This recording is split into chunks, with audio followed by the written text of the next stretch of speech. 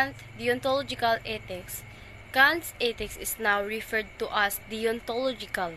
The term has its root from the Greek word deon, which means duty.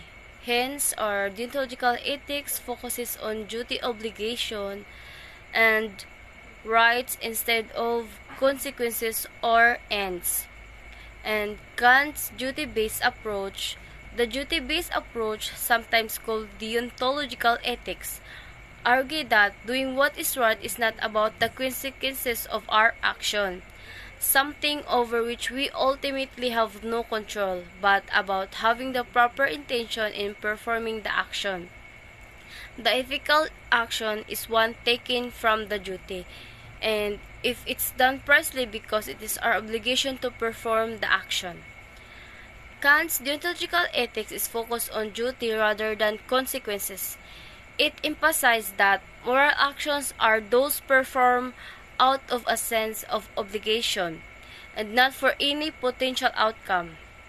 According to Kant, an action is ethical if it's done with the right intention. Fulfilling our duty is simply because it is the right thing to do, regardless of the results. Thank you. Kant's categorical imperative. Kant's famous formal discovering of or ethical duty is known as categorical imperative. Has a number of different versions, but Kant believed they all amounted to the same imperative. The most basic form of imperative is for example, naay usa ka tawo nga nangutang then ana siya nga mobayad siya nga kini nga adlaw pero pagkaabot sa kani nga adlaw wala niyang nabaydan.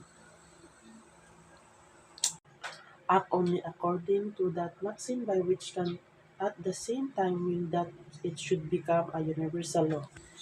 This simply means that if you do an action, then everyone else should also be able to do it.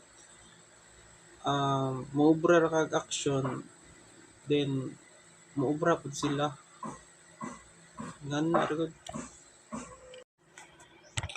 According to McKinnon v. at Villa A. 2015, for Kant choosing to be obeyed, the universal moral law is a very nature of acting ethically. Example of imperative examples: borrowing money with no intention to pay back and cannot be universalized and therefore cannot be ethical if that becomes a universalized. There will be no more lenders and all banks will close. The duty framework. The duty framework in ethics is a structured approach no other than to help individuals make responsible and ethical decisions. It breaks down into complex situations into clear steps, ensuring that actions are aligned with ethical standards and values. First, we have defining the dilemma. Always start by clearly identifying the ethical issue or problem at hand and gather details about situations and recognize whoever is impacted. Number 2. Understands options. List out all possible actions you could take for each opinion and think about the risk and benefits it may bring. Number 3. Test against principles. Take each options and measure it against ethical standards, laws, and other values of organization. Number 4. Yield to duty. Finally, choose the option that best meets your ethical responsibilities. This means selecting the action that aligns closely with what is right, even if it's not the easiest choice. These frameworks support clear, consistent decision, especially in decision-making in the fields of healthcare, law, and business, where ethical considerations are very crucial. Kant's example of rights. Kant's universal example of right states an action is right if it respects everyone's freedom under universal law. This means that you can freely exercise your rights, but only if doing so aligns with principles that everyone can follow, especially when handling situations. one theory of a right example being an employee. His minimum wage is legal, but paying more that is minimum wage because of care and concern of his needs is more than what is legal. Legally and moral right. It appears that in Kant what is legal must be at the same time moral. An action is legal right if it is at the same time in accordance with universal law. It is in accordance with the categorical imperative in another context. What is legal is not necessarily moral. For instance, what is legal is limited to compliance with law, be it laws of state or country, but being moral may not be just following the law but doing more than what law requires, like responding to the maid of another. For example, for a legal and moral point of view, drunk driving is unacceptable. However, law and moral are not the same. For one, the law is binary. Binary means that in all situations an action is possible, that the result will be right or wrong means that an action is legal or illegal. Goodwill. Can say nothing can possibly be conceived in the word or even out of it which can be called good without qualified except a goodwill.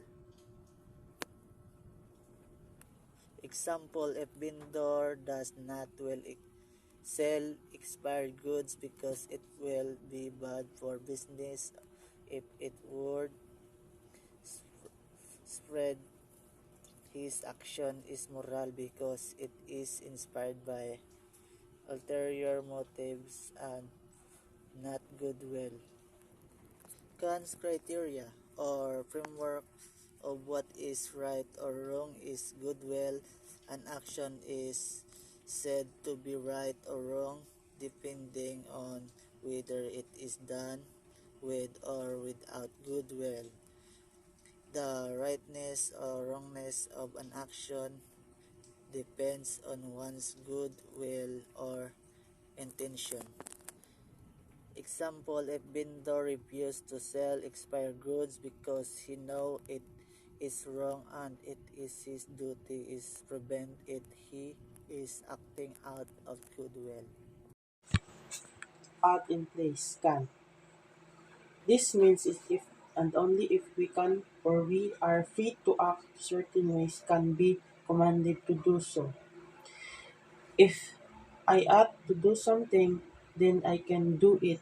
It means one's ability to do something is a necessary condition for being obliged to do it. In filter's terms, you are obliged to do only what you can where you are. Um, at and place can. Used to say that necessary desirable to perform the action. Ang means is gusto nimo himuon ang usa ka bagay, for example, we ought to clean before we go home. She's really ought to apologize. It means is if you go out to do something, then you can do something. Example lang na ay kung gusto may paraan, kung ayaw madaming dahilan.